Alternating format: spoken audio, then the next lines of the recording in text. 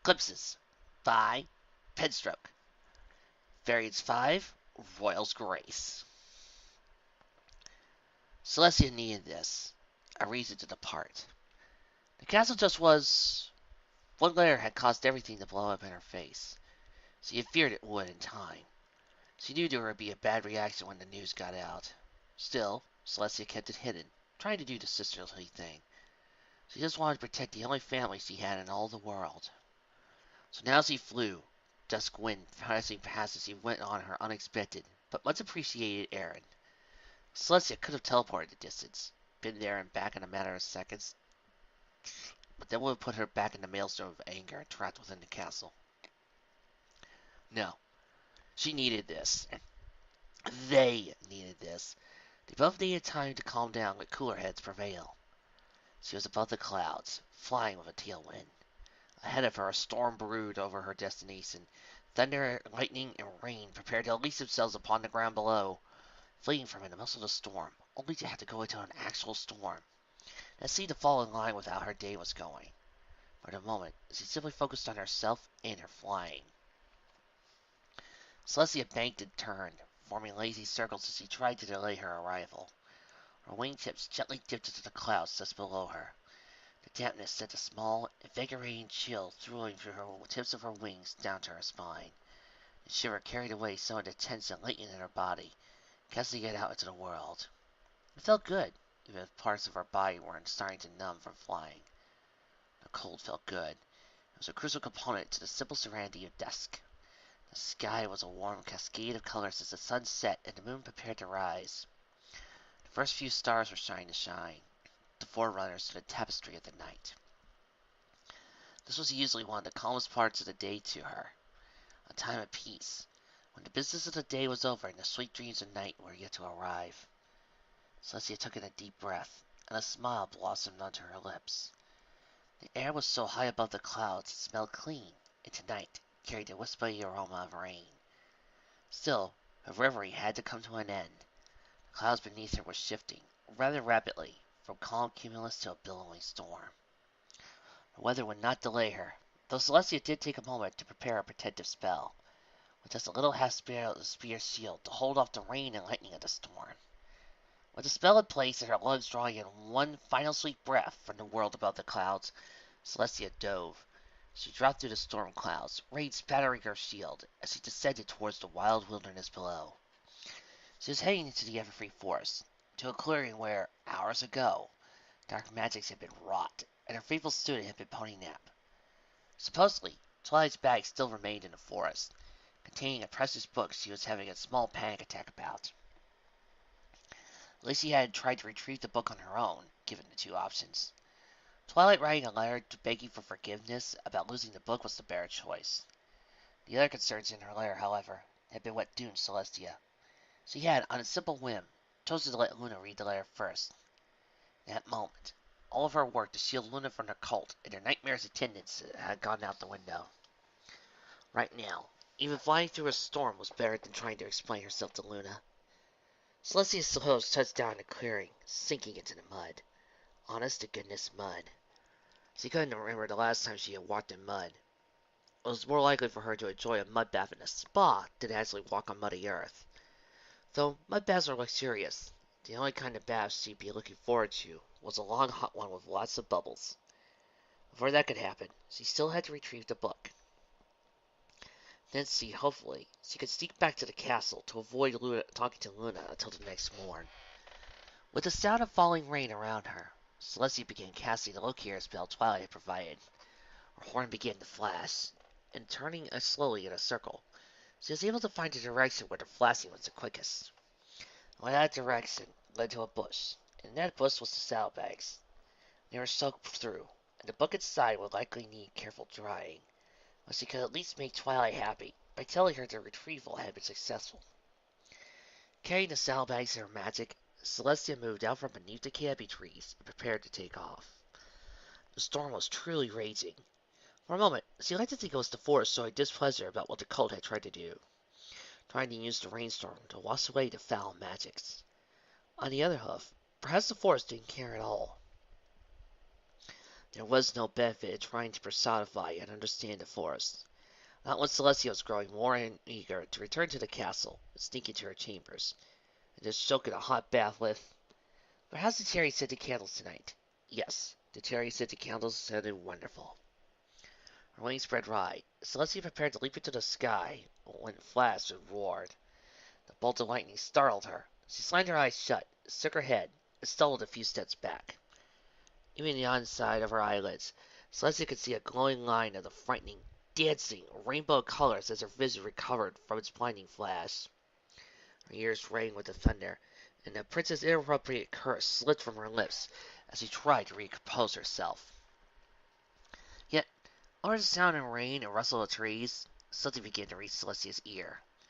It was a sound, one all too familiar. It was the sound she had heard from the children at her school.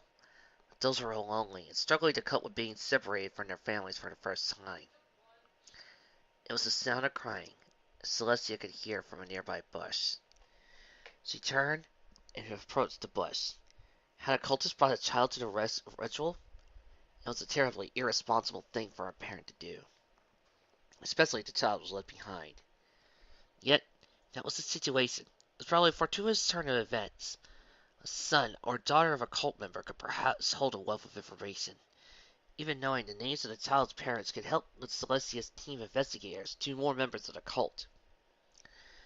She reached the bush, gently setting Twilight's saddlebags across her back so she didn't have to keep levitating them. The bags were comically small on her, but she needed to focus on the child. Hello. Are you all right? She asked as her magic pushed away some of the branches and illuminated the interior of the bush. You don't have to worry. I won't hurt. Celestia's eyes met the eyes of the child, who turned and peered out through the newly formed hole in the bush. Her heart skipped a beat. She flapped her wings, leaning back a few minutes. Her half-spear barrier spell morphed into a protective bubble. Her horn glimmered as she prepared a magical blast. The crying had stopped. All Celestia heard was the raging of the storm, but she did not drop her guard. She only caught a brief glimpse, but she knew what she saw. The child bore the eyes of the cult, but that alone wasn't what scared Celestia. The filly was black as the darkest night, and carried both pig's-eye wings and unicorn horn. There were other possible explanations, but the logical portion of Celestia's mind was ruling them out as quickly as her imagination was able to put them together. Only one explanation made sense, and it pushed itself to the forefront of Celestia's mind till she could not deny or ignore a moment longer. The cold spell had succeeded. Nightmare Moon had been reborn. The storm roared, lightning flashing once more, briefly illuminating the clearing. The child's cries, Nightmare Moon's cries, resumed. Her voice pierced the storm and clawed at Celestia's heart. The voice resonated with the memories she had long forgotten. In her youth, when Luna had cried, Celestia almost always ran to assure her sister was safe. Nightmare Moon's voice sounded so similar. It was dredging those instincts to the surface. They were bellowing in her mind, demanding she go and comfort the filly, and get Nightmare Moon out of the rain and in front of a warm fire where she could rest safely. The also part of Celestia's mind fought back, shocked at what she had been previously thinking. She couldn't comfort Nightmare Moon. The shroud of jealousy and rage that engulfed Luna. She was an innocent lost child. For the city of Equestria, the only sane thing to do was to put an end to the threat before it could manifest further. Nightmare Moon really was just a filly. A single stroke of a sword was all it would take. But, no, no. Celestia shook her head as her conscience bristled against such dark thoughts. She couldn't do that. She couldn't just kill someone so young. But what if Nightmare Moon was as young as she appeared? What if she had fully regenerated and was really taking the form of a filly until she saw an opportunity to strike? The wisest action was just to end it all. Yet Celestia's mind and heart continued to rebel against the notion. Celestia stood, limbs growing numb in the mud. Was kicked to her hooves as the rain continued to patter against the barrier. She did not move forward, nor did she move back. She did not form a sword to strike down Nightmare Moon. But at the same time, she did not move to soothe the filly's cries. She was entirely deadlocked. Her mind war over what to do. Kill or aid, fear or trust, harm or comfort, blood or smiles. The loop of Celestia's thoughts came to an eventual end, but not because she had made a decision. Her ears twitched, and her mind stepped away from its perpetual debate. She glanced around, trying to understand what she was hearing. The rain still fell on her barrier. The storm rumbled, and the wind whipped through the trees, creating an endless cacophony of cracking branches and shaking leaves. All that was there, yet something was different. She couldn't hear Nightmare Moon crying anymore. Celestia was sure she hadn't seen Nightmare Moon leave the bush. Her eyes had been locked into its soaring branches. Yet the answers of crying itched to her ears, refusing to be ignored. Why wasn't Nightmare Moon crying? Maintaining her barrier, Celestia dared to step closer. Movement let her mind take stock of how cold she had become. How long has he been standing there, frozen like a statue? When the sky lost behind a cloud cover, eep! It was hard to say for sure, but at least it had been several minutes. She had truly been lost in thought, and time slipped by without her noticing.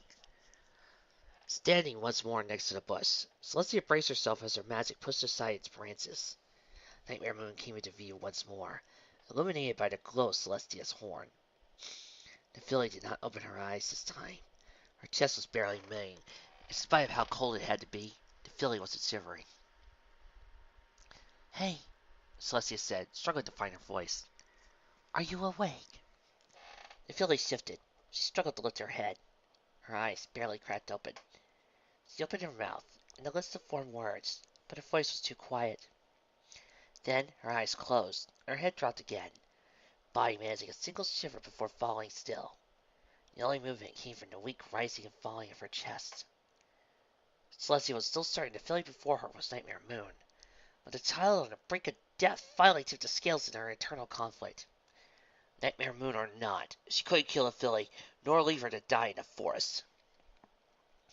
With no further hesitation, Celestia broke away from the branches of the bush.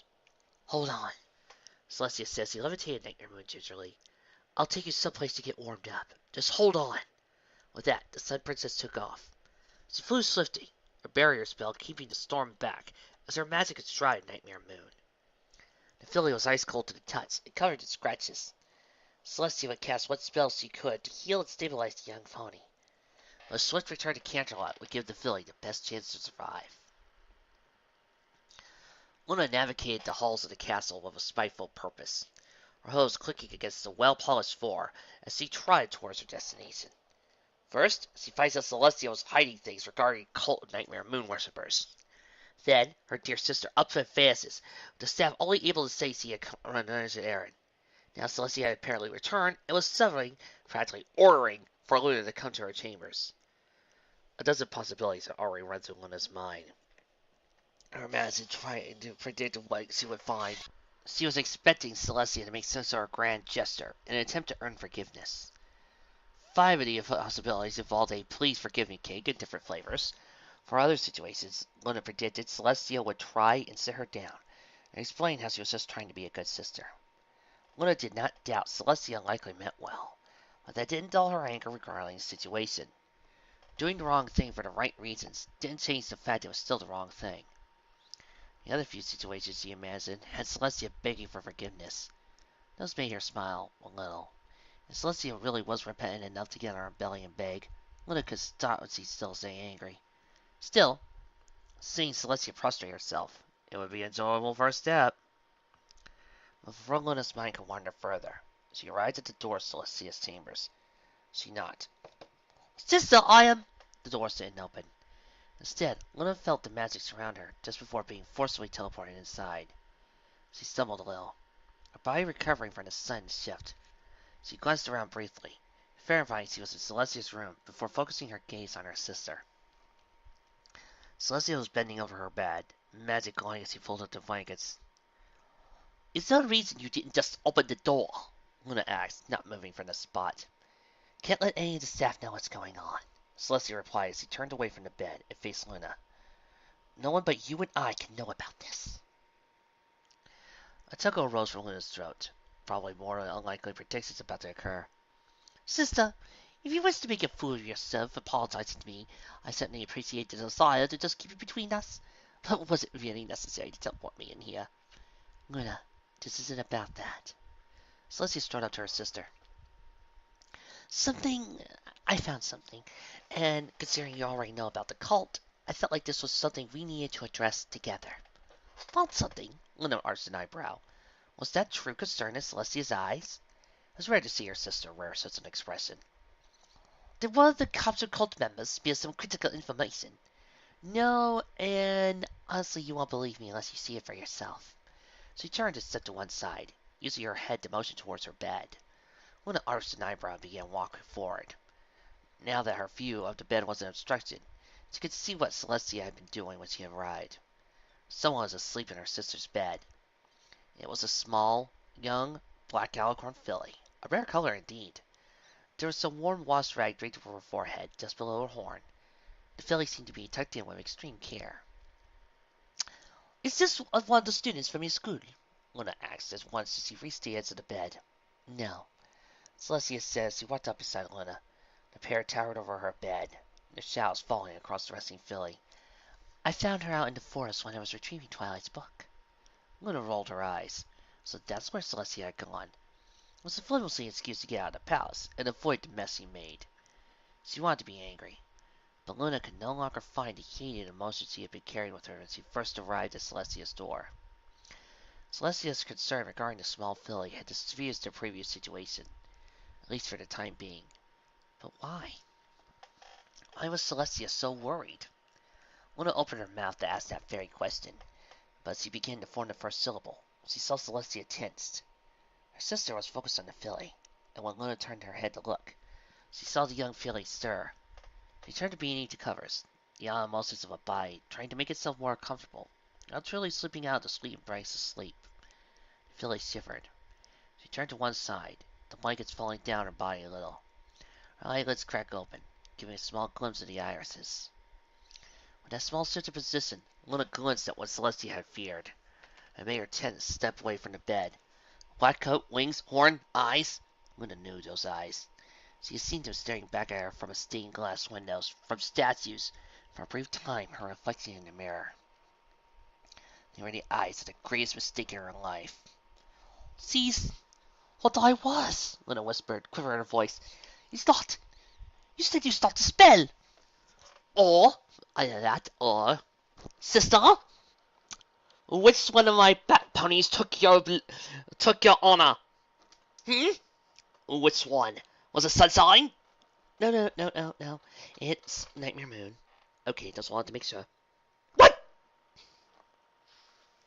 Celestia nodded, using her magic to tuck the filly back beneath the covers, taking special care to insert her wings beneath her blanket. I interrupted it.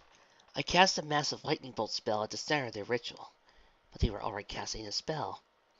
We both know that when magic is interrupted, it can have unintended consequences. Unintended consequences, Luna snipped, trying to keep her voice quiet. I would like to remind you, dear sister, that this would have likely been avoided if you had informed me of the situation when you came to your attention. Now! She looked back at the filly. They took another step back. You can be angry with me all you want, but that doesn't change our situation. Celestia turned away from the bed, heading for a tea set resting on the low table. She took a seat in one of the cushions neighboring the table. She poured herself a cup. The tea was still warm, gently steaming from the cup. "Oh, and sipping tea, Will!" Luna whispered furiously as she moved over to Celestia. "I am Nightmare Moon. That was my mistake, my anger, my rage. No one else's. I promise never to become that monster again." She glanced back towards the bed, wings twitching. "Now you're telling me I don't even have control over that? That is so easy for ponies to make a copy of me from the lowest point in my life." Celestia poured a second cup and levitated to Luna. "I wouldn't say it was easy." Luna nudged the offered tea away with a huff. Well, she did sit down on a cushion across the table from Celestia. Still, even as she sat, she visited, incapable of being comfortable. "She can't be Nightmare Moon. I am. Was Nightmare Moon. There has to be—" A loud clatter came from outside Celestia's room, making both princesses wince. In a single breath, Luna leapt and flew to the balcony, looking out over Canterlot. She swiftly spied the source of the sound. Gardeners, trying to pack away their tools for the evening, had a small accident, causing themselves and their tools to fall. The clumsy gardener was being helped by his co-workers. It didn't seem any worse for wear. "Luna." The tension in Celestia's voice was palatable, and such a cold chill running down Luna's back. It was a warning, as if she was about to be stabbed in the back by some horrible assassin. She turned her head, focusing on the bed and Philly. The cower from outside had awoken Nightmare Moon. She sat up in bed, her head and eyes swirling to take in her surroundings. Those eyes eventually fell onto Luna. For the moment, the pair merely looked at each other. Luna's heartbeat quickened, muscles tense. Without thinking, she flared her wings and called upon her magic, about to face a great evil. Her gesture was not met with equal aggression. The filly did not suddenly grow to adulthood and launch into combat. She backpedaled, trying to push herself against the headboard of Celestia's bed. Eyes and head swiveled again, this time falling on Celestia. Luna saw her sister have a similar reaction. She stood from her seat, sitting her tail down as her wings flared. Seeing this, the filly scrambled off the bed. Luna watched her stumble and gaze darted about the room. She was clearly looking for some means of escape. Yet there was none. Luna saw that she and Celestia, without meaning to, had covered the exits. Celestia was in reach with both the bathroom door and the door that led out the hallway. Luna herself standing in the balcony. That left the filly no place to run. The filly's frightened flight had ended at the bed, which she dove underneath. The last Luna saw of her was a purple tail disappearing beneath the bed skirt. Then nothing. For a minute, she and Celestia just watched the bed, but the filly made no move to try to come out, nor did make any noise. She was simply hiding, and as Luna's mind processed this, one insatiable thought bubbled to the surface. Her darkest nightmares, where imagination forced her to face the demon she had been. She had never seen Nightmare Moon turn and run like a terrified cat. "Is she still under the bed?" Luna asked as she and Celestia dared to creep closer. "Could she have teleported away?" "She hasn't demonstrated magic of that caliber, but we could still make sure." The pair of princesses reached under the edges of the bed. Celestia was on the left side, while Luna was at the hoofboard. "Look and see if she's still there." Luna's brow furrowed. "Why do I have to look? You should look." "You have better vision in the dark than I do, Luna, and I do believe we could say that it is dark under my bed." "That is a flimsy reason," Luna sniffed, but began lowering herself down to the floor nonetheless, tensing as if a wild animal might rush out and bite her nose off. She knelt on her forelegs, pressing her head to the floor and using her magic to simply rough part of the skirt. Her eyes took a moment to adjust, but she could see the filly silhouette. She was shaking. The pair locked eyes again, and Luna noticed the filly visibly shrink, as if trying to hide herself better. Luna stared back up and looked at Celestia. "She's still there." "At least we can confirm that much." Celestia looked down towards the top covers of her bed. Though Luna knew her sister lacked the ability, it looked like Celestia was trying to peer through the fabric and wood to see the filly beneath. "We could just pull her out with a levitation spell, but I don't want to scare her further. You saw how she reacted to us." Luna nodded. "I did. It is a kind of arrested for I, who was Nightmare Moon, that's so terrified. Perhaps we are just, what was the turn of phrase I heard the other day, making a timber wolf out of a twig? The simple fact of the matter is, we must learn more about the filly's identity before we can hope to properly succeed." "Then what should we do now?" Celestia asked. "I will raise if she has not eaten yet." Luna turned and strode towards the door. "I will go and fetch something from the kitchens. You shall remain and supervise our unexpected guests." "Why do I have to do it?" Celestia asked as Luna reached the door. "Because you're better with fillies than I am, Celestia. You do have your own school after all." Luna wore a smug grin on her face as she slid out the door. Oh, she did enjoy turning the tables on Celestia like that. Celestia remained at the side of her bed, her eyes flicking back and forth with the reliability of a clock pendulum. She looked back to the door, then back to the bed, then to the door, then to the bed, back and forth, waiting for Luna to return. Grabbing something simple from the kitchen should have taken a few minutes, yet it seemed like her sister was taking another trip to the moon to attain the meal. Eyes lingered on the bed, breaking their rhythm. Had she not seen this filly sneak out, yet? How could she be certain the filly had not disappeared? Celestia's eyes looked back to the door, giving her sister one final chance to make a swift return. When the door remained closed, her mind was made up. She lay down next to her bed, brought her head close to the door, and gently peeked beneath the bed skirt. Seeing nothing, she decided to cast an illumination spell beneath the bed. The filly was there, The sun increased in light made her crawl away from Celestia, choosing to hide beneath the right side of the bed. You don't have to be scared, Celestia said. Something she had said dozens of times before to new students at her school. But this first time she was delivering the calm assurance to someone hiding beneath her own bed. My sister and I aren't going to hurt you. We are sorry we frightened you earlier. It was unintentional. The filly made no effort to reply. She simply watched Celestia. The pupils of her eyes were wide enough that they almost looked circular. They occasionally flickered and narrowed back to the dagger shape of where the filly glanced towards the light spell, tip of Celestia's horn. Do you have a name? Celestia asked, trying to maintain a semblance of conversation. I'm Princess Celestia. I'm the one who found you in the forest. You remember that, right? Celestia's calm, motherly tones finally managed to listen and answer. The filly nodded her head, ever so slightly. Celestia's smile continued. It's very good. Do you remember all those nasty cuts you had? The filly nodded again. Their eyes flickered down to her forelegs. Celestia knew that the filly was looking for. Her injuries weren't there anymore, or at the very least, no longer open wounds. Anything that lingered had probably scabbed over. I used a spell to help you feel better. Make some of those nasty cuts go away, Celestia said, her words making Philly look up from her hose. You were out in that forest for a long time, weren't you? I bet it was scary, but you don't have to be afraid here. This is a safe place, I promise. Philly's body sort of relaxed. Celestia's smile grew a little. Would you like to come out? It's a lot more comfortable on top of the bed than it is beneath it. You won't be scary again? The filly's worst words. Celestia could fear a tremor drought into them. But getting her to speak at all was a victory. Celestia nodded, screwing her body away from the edge of the bed and holding up the bed skirt to create a larger opening. I promise. My sister and I won't be scary again.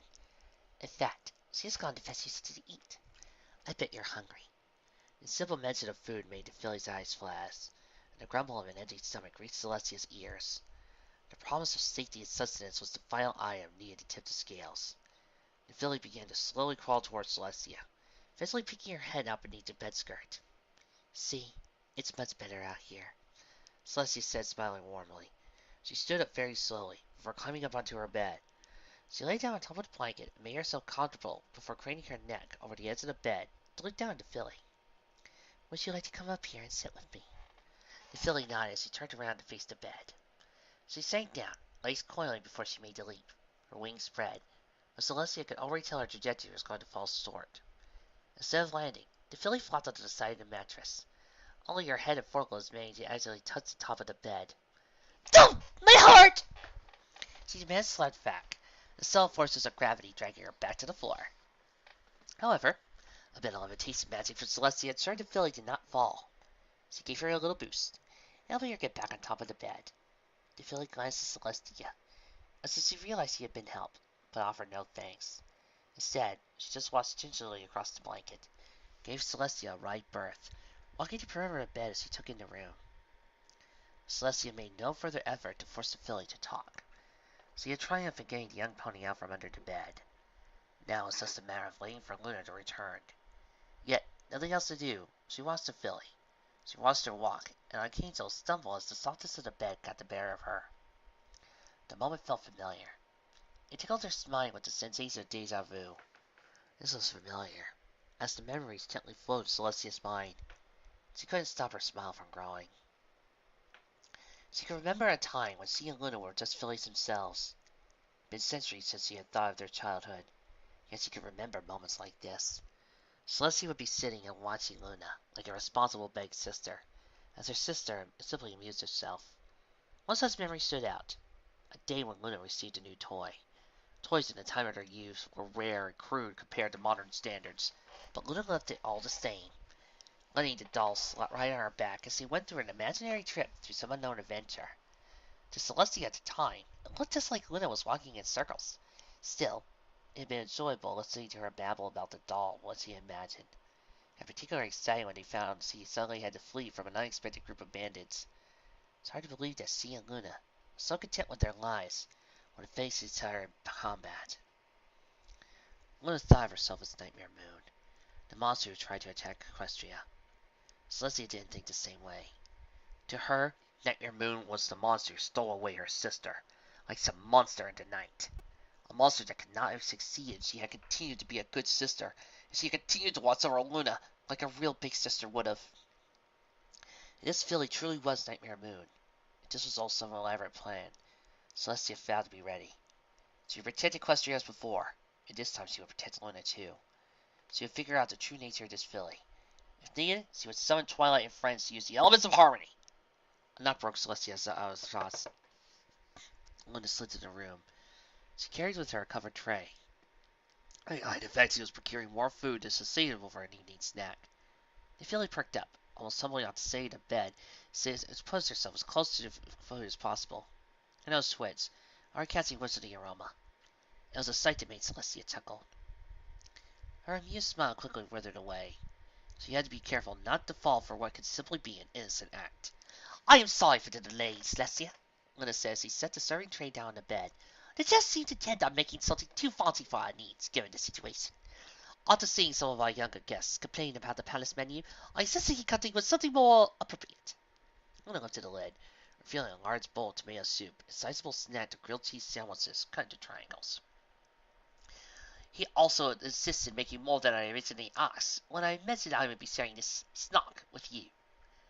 "Well, what's more important here is more than enough for our hungry guests," Celestia said, looking over to Philly. "Go ahead, you may have as much as you like." The little encouragement was all that Philly needed. She snatched one of the sandwich's triangles with her hooves, and took a hearty bite out of it. The filly was lost to the world after that. The only sound she made was that of content chewing. She polished off her first sandwich and reached for a second. While the filly ate, Celestia noticed Luna step away from the bed. She moved closer to the tea set, picking up the cups and taking them to the bathroom. Celestia heard her faucet turn on. A few seconds later, Luna returned, the teacups freshly rinsed. Luna proceeded to fill the 2 cups with some of the tomato soup, gave the more reasonable serving of soup to the filly, who was also provided the filly with something to catch the crumbs and gauze of cheese that were escaping from the sandwich. Luna passed one of the now soup-filled teacups to Celestia, while keeping the other for herself. She took one of the grilled cheese triangles and proceeded to dunk a corner of it into her cup. The filly saw this, and quickly mimicked Luna's actions. Her eyes lit up when she took her first taste of soup-dunked grilled cheese. Celestia watched all this, smiling a little as she took her sandwich for herself and dunked it into the teacup of her soup. The simple intimacy of the moment didn't escape her, and it made an old adage cross Celestia's mind. Keep your friends close and your enemies closer. She and Luna would keep a very close watch on this filly. They'd figure out the nature of her existence. They would continue to pursue the cult that unlikely created her, and certainly could not finish what they had started.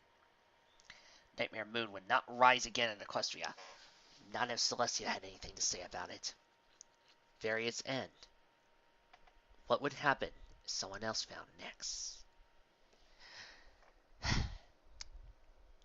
Final variants of Fall of Starfleet.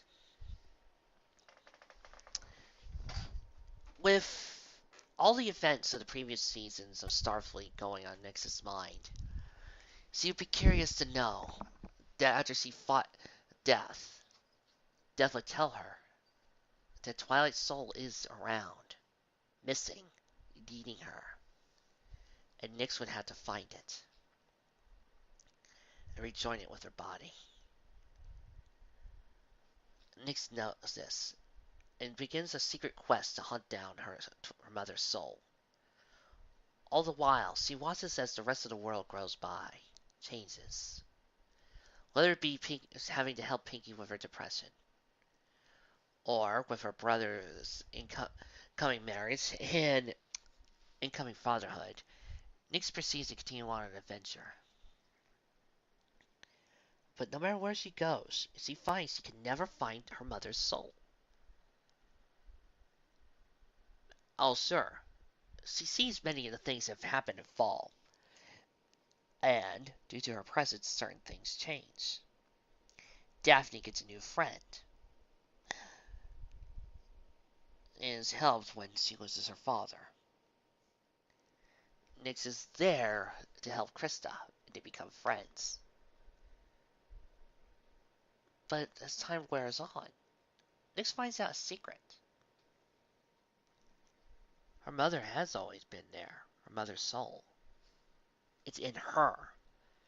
Nyx discovers the Twilight soul is within her.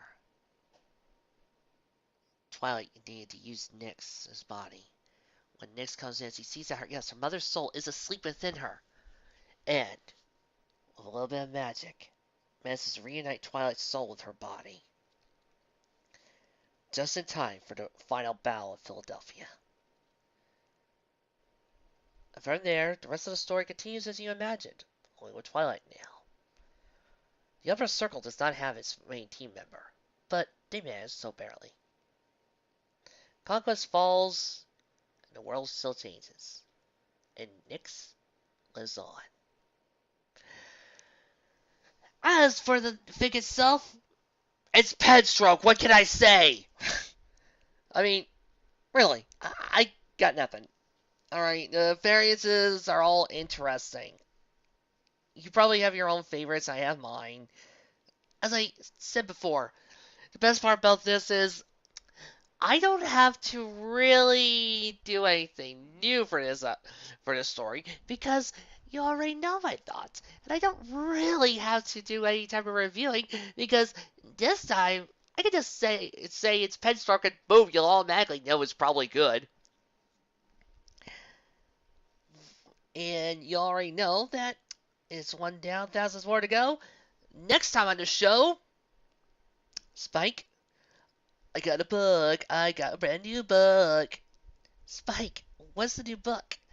Oh, it's called How to Woo Your Lady in 9 Easy Steps. I'm planning on using it to help my relationship with Rarity. Isn't it cool? Spike, you don't really need a book. Just give me a few minutes, and Rarity will be swooning in my arms. Well, we'll see about successful guys next time. How to Woo Your Lady in 9 Easy Steps. See you then.